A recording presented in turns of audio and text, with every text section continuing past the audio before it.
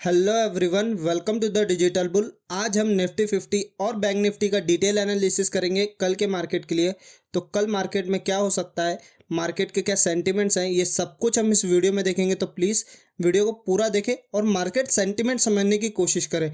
जैसे आपको सेंटिमेंट समझने की कोशिश मैं क्यों बोल रहा हूँ, जिससे मैं आपको आज बताता हूँ। कल मार्केट में आपको बोला था मैंने, यहाँ पे रेड डोजी बना है, आपको वेट करना है इस दो जगह का ब्रेकआउट का। तो ये ब्रेकआउट देते से ही आपके टारगेट्स कैसे बने हैं आप देख सकते हैं यहाँ पे, जो मैंने आपको कल के एनालिसिस में बताया था। सेंटिमेंट समझना जरूरी है। सेंटिमेंट्स में क्या था कि यहाँ मार्केट ने गैप अप दिया और यहाँ से सेलिंग प्रेशर बढ़ा और 3 घंटे मार्केट ने कंसोलिडेट कर दिया। कहीं ना कहीं सेलिंग प्रेशर बढ़ चुका था और सेंटिमेंट्स हमारे थोड़े नेगेटिव थे। तीनों टारगेट दिए इजीली आपको आज के दिन में अचीव होते हुए दिखे, और एक्सपायरी के दिन इतने अच्छे से टारगेट मिलना मतलब कहीं बड़ी बात हो जाती है, क्योंकि प्रीमियम डीके की वजह से काफ़ी एसएल हिट होते हैं। ये निफ्टी की एनालिसिस थी मेरी, और बैंक निफ्टी का भी सेम बोला था मैंने कि ये रेंज और ये रेंज जो वी शेप की रिकवरी है, यहाँ पे मार्केट कहीं ना कहीं सेलिंग प्रेशर की वजह से नीचे आ सकता है। तो देखिए हमारे टारगेट से ज़्यादा इसने रिवॉर्ड दिया हमें, इसलिए कहता हूँ मैं ज़रूरी हमारा सेंटिमेंट समझना है। चार्ट हमें पता होना चाहिए कि चार्ट में क्या हो रहा है। अगर आपको ये सारी एनालिसिस और चाहिए तो सब्सक्राइब करें हमारे चैनल से जुड़े और ऐसी एनालिसिस डेली पाएँ। चलिए अब निफ्टी के चार्ट पर आते हैं। निफ्टी का चार्ट अगर 1 डे के टाइम फ्रेम पे फिर से मैं दिखाऊं और मैं इन सारे चार्ट्स को हटा दूं, तो आपको कहीं ना कहीं मार्केट फिर से एक रेंज में वापस दिख रहा है कि यहाँ से जर्नी इसने स्टार्ट की थी और फिर से यहाँ पे आ गया है। और मैंने आपको प्रीवियस भी यही बताया था कि मार्केट ये जो प्रीवियस ऑल टाइम हाई था इसका, मैं आपको समझाता हूँ 1 मिनट, कि कहीं ना कहीं आप ये देखेंगे ये प्रीवियस ऑल टाइम हाई था इसका और ये अपना नया ऑल टाइम हाई था, और यहाँ मार्केट ने सपोर्ट लिया था और फिर से सपोर्ट लेने आ गया है। निफ्टी है अपना 1 डे के चार्ट पे, मैं आपको अभी भी बता रहा हूँ 1 डे के चार्ट पर है। आप समझने की कोशिश करो कि मार्केट ने ये जो अपना प्रीवियस ऑल टाइम हाई बनाया था, ये आप देख सकते हो यहाँ पे, और ये अपना एक नया ऑल टाइम हाई बनाया था। और मार्केट ने यहाँ पे कुछ दिन पहले 2-3 दिन पहले यहाँ पे सपोर्ट लिया और फिर से आज यहाँ पे आके क्लोजिंग दे दी। अब आप यहाँ पे क्या सोचोगे, क्या यहाँ पे सपोर्ट लेगा? नहीं, मार्केट यहाँ पे काफ़ी अच्छी रेड कैंडल दिया है। कहीं ना कहीं यहाँ पे सेलिंग प्रेशर काफ़ी इजी है और यहाँ पे आपको ट्रैप भी कर सकता है, और या तो फिर ये तोड़कर अच्छे से आपको यहाँ तक के टारगेट दे सकता है। ये 300 पॉइंट्स नीचे के टारगेट्स हैं, मैं आपको रेड बना दूँ जिससे आपको समझने में आसानी होगी। ये कहीं ना कहीं इसका नेक्स्ट सपोर्ट भी बन सकता है और हमारा टारगेट एरिया भी। तो चलिए 1 आवर के टाइम फ्रेम पे चलते हैं। और 1 आवर पे टाइम फ्रेम पे एनालिसिस क्यों, क्योंकि यहाँ पे आपको ईजिली समझ में आता है कि मार्केट क्या कर रहा है, 1 घंटे में कैसे कैंडल्स बन रहे हैं, क्या हमें इसमें प्रॉफिट्स अच्छे मिल सकते हैं, ये सारी चीज़ें। तो अगर आप देखेंगे तो लास्ट के आवर में कहीं ना कहीं सेलिंग प्रेशर काफ़ी ज़्यादा है, तभी ये रेड कैंडल्स थी यहाँ पे, काफ़ी स्ट्रॉन्ग बड़ी कैंडल थी। अगर वॉल्यूम्स देखें हम इसके, तो वॉल्यूम्स पर आते हैं। वॉल्यूम अगर आप देखोगे तो वॉल्यूम भी काफ़ी हाई है, आप देख सकते हो यहाँ पे वॉल्यूम भी काफ़ी हाई है। तो कहीं ना कहीं मार्केट में हमारे फिर से सेंटिमेंट्स जो है वो नेगेटिव हुए हैं और मार्केट नीचे आ सकता है। तो पहला टारगेट जो लास्ट टारगेट है आपका, जो सपोर्ट एज ए सपोर्ट दिख सकता है, वो ये है। और इसके बीच में हम दूसरा टारगेट अपना ये लेंगे।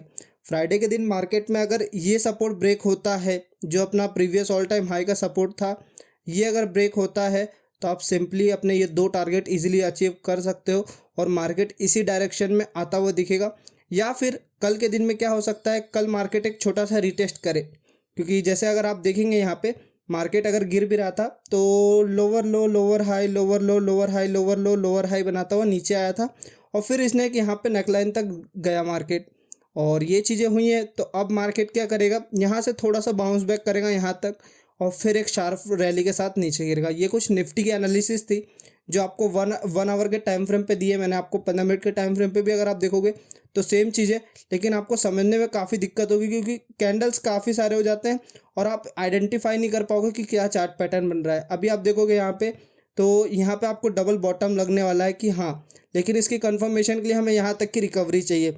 फिर यहाँ से अगर आप एसएल रख के यहाँ पे ट्रेड लोगे तो कहीं ना कहीं इसका रीटेस्ट हुआ तो ये नीचे ही ले जाएगा और आपका एसएल हिट कर देगा। सेंटिमेंट समझना जरूरी है। चार्ट पैटर्न तो फिर भी देखो, चार्ट पैटर्न अभी डबल बॉटम है, आप यहाँ से ट्रेड लोगे तो आपका मार्केट कहीं ना कहीं अगर यहाँ से रिटेस्ट करके अगर नीचे जाना होगा तो आपका एसएल हिट कर देगा इस जगह पे। इसलिए सेंटिमेंट्स के साथ ट्रेड करो। सेंटिमेंट्स हमारे अभी नेगेटिव हैं तो हम नेगेटिव साइड के 2 टारगेट अपने ईजिली बना सकते हैं यहाँ पे। और आपको मैं बता दूं ये टारगेट ऐसे नहीं है, प्राइस एक्शन के साथ है। यहाँ पे मार्केट कहीं ना कहीं आपको मैं पीछे ले जाकर दिखाता हूँ, 1 सेकेंड। अगर आप देखेंगे तो यहाँ पे मार्केट कहीं ना कहीं रुका है, इस वजह से आपको पहला टारगेट बताया और मार्केट ने यहाँ से एक रैली दी थी। आप देख सकते हैं ये जो सेकंड टारगेट आपको नीचे का बताया, मार्केट ने यहाँ से काफ़ी अच्छी रैली दी थी, तो इस वजह से मैंने आपको ये सेकंड टारगेट दिया है। तो ये 2 टारगेट था आपके निफ्टी के लिए हैं कल के लिए, और ये कल अगर वर्क करते हुए दिखेंगे, अगर ये सपोर्ट ब्रेक होता है तो 1 आवर के टाइम फ्रेम पे। क्यों? क्योंकि मार्केट गिरेगा भी तो ऐसे ही गिरेगा। देखो ये आपने यहाँ से हाई था, ये लो बनाया, फिर एक लोअर हाई बनाया और फिर नीचे आता जा रहा है मार्केट। ये कुछ निफ्टी की एनालिसिस थी। अगर कल आपको ये लेवल ब्रेक करता हुआ दिखता है, ये रेंज अगर ब्रेक करता हुआ दिखता है, आप इजीली ट्रेड लो, आपके दोनों टारगेट कहीं नहीं गए। अब चलिए बैंक निफ्टी पर चलते हैं। बैंक निफ्टी में भी सेम चीज़ मैंने आपको बोला था, ये 2 रेंज है, आपको अगर ये ब्रेक होता है आप ट्रेड लो, आपके अच्छे टारगेट बन सकते हैं। अगर मेरी वीडियो आपने देखी होती तो आपको अच्छे प्रॉफिट्स बनते, अब नहीं बने हैं तो कल अगर प्रॉफिट चाहिए तो लाइक जल्दी से दबा दो लाइक बटन को। और चलिए हम एनालिसिस की तरफ बढ़ते हैं। एनालिसिस हमारी कुछ नहीं है, अगर आप देखेंगे तो सेंटीमेंट्स के साथ हमें खेलना है। सेंटीमेंट्स हमारे नेगेटिव हैं तो हम कुछ नहीं, पहले 1 डे के टाइम फ्रेम पे चलते हैं और अपने सपोर्ट ढूंढते हैं कि मार्केट अब सपोर्ट कहाँ ले सकता है, क्योंकि 1 डे से अच्छा सपोर्ट कोई नहीं बता सकता। तो हमें 1 डे पे सपोर्ट हमारा दिख रहा है, ये देखिए मैं आपको दिखाता हूँ कि आपको कहीं ना कहीं सपोर्ट हमारा ये दिख रहा है।